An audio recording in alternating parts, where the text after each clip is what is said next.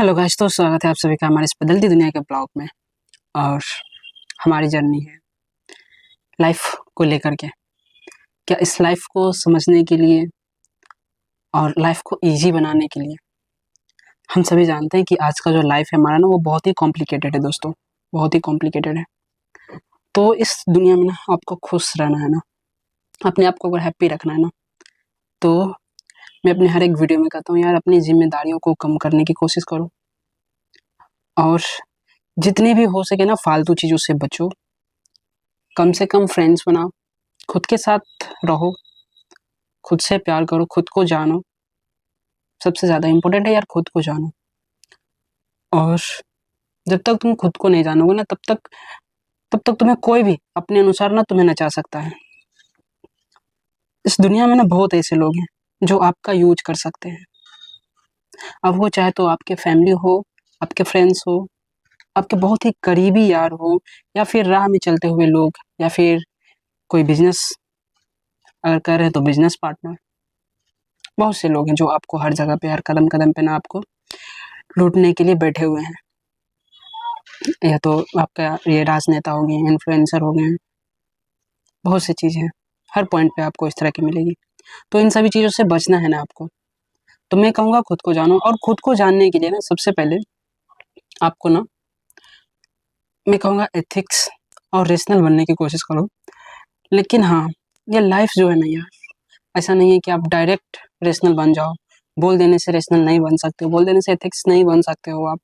आपको बनने के लिए ना आपको पहले ये जानना होगा कि आखिर में मुझे ये चीज़ें क्यों अच्छी लग रही है, मुझे ये रेशनल बनना क्यों अच्छा लग रहा है, मुझे एथिक्स बनना क्यों अच्छा लग रहा है, क्या कुछ खासियत है। और उस चीज़ को जानने के लिए आपको धर्म से रिलेटेड चीज़ों को भी जानना होगा। एथिक्स यानी समझ रहे हैं कि हाँ, जो धर्म पे बिलीव ना करता हो, लेकिन धर्म पे वो बिलीव कब नहीं करेगा, जब वो धर्म को बारे में जानेगा तभी ना। वो रेशनल कैसे बनेगा, जब वो दुनिया को जानेगा, देखेगा, कम से कम स्पिरिचुअल जर्नी को एक बार वो ट्राई करेगा तभी तो मैं अपनी कहानी बता रहा हूँ दोस्तों कि मुझे भी ये चीज़ें तभी फील आई ना, जब मैंने कहीं ना कहीं इस चीज़ को, ये देख सकते हैं हमारे पास है ये भागवत गीता।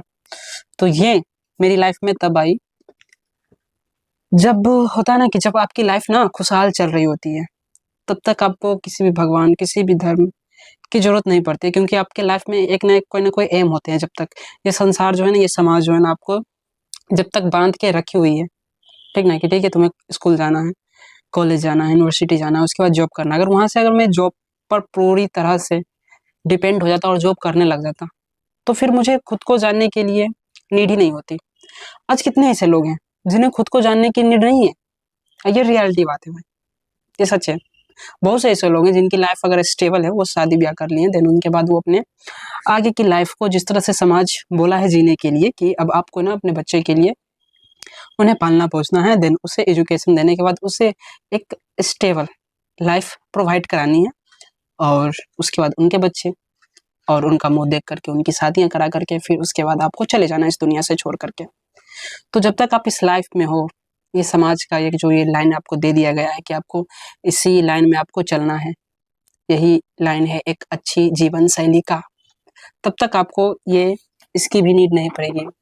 आपको और भी कोई धर्म है ना, जैसे मैंने पढ़ा है शिव पुराण, विष्णु पुराण, ये सारी चीजें जो है ना, मैंने उस टाइम पढ़ी है ना जब मेरी लाइफ में कुछ बहुत ही अजीब सी कुछ ऐसा हुआ, जिसके बाद ऐसा लगा ना कि जानना होगा आखिर मैं हूं कौन, मैंने क्या गलती की, मैं सच में गलत हूँ या नहीं। तो मैंने ये सब सारी चीजें स्टार्ट की, मैंने पढ़ा और मैंने जाना, और एक टाइम पढ़ने के बाद मुझे ये पता चला ना कि ये हमारा भागवत गीता भी, ये सारे जो ज्ञान है ना, ये सारे वही ज्ञान है ना जो बहुत ही कहीं ना कहीं पुराने हैं। और आज के ज़माने में जो है ना, हाँ ये हो सकता है कि हमारे इस इंडिया में आज के ज़माने में बहुत से लोग इस चीज़ को नहीं जानते होंगे, लेकिन अगर आप यहाँ से अलग जाते हैं, फॉरेन कंट्री में जाते हैं, या फिर अलग लाइफ स्टाइल को देखते हैं ना, तो वहाँ पे ये सब सारी चीज़ें ना ऑटोमेटिक अपनाई गई है। वो लोग इन सभी बातों को ना नॉर्मल मानते हैं। ये सब बहुत बड़ी बात नहीं है, बस ये कहो कि हाँ हमारे इस दुनिया में ऐसा कुछ है। जैसे इसमें भी यह बताया गई है कि श्री कृष्ण ने जात पात को उनके जन्म के आधार पे नहीं बांटे, उनके कर्म के आधार पे बांटे। तो मैंने इसके बारे में ना पहले वीडियो में बताया हुआ हूँ कि इन्होंने कर्म के आधार पे बांटे थे, जो जो जैसा कर्म किया उसके हिसाब से वो सारी चीजें बनी हुई थी।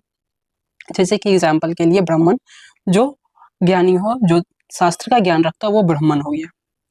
उसके बाद क्षत्रिय जो राज्य की, राष्ट्र की रक्षा करता हो, वो क्षत्रिय हो गया। और जो उन राजमहलों में है ना उनकी सेवा करता हो तो उन्हें शूद्र। तो इस तरह की कुछ बातें थी। और कुछ चीजें ऐसी भी थी जहाँ उस टाइम के समाज में भी गलतियां थी, बुराइयां थी।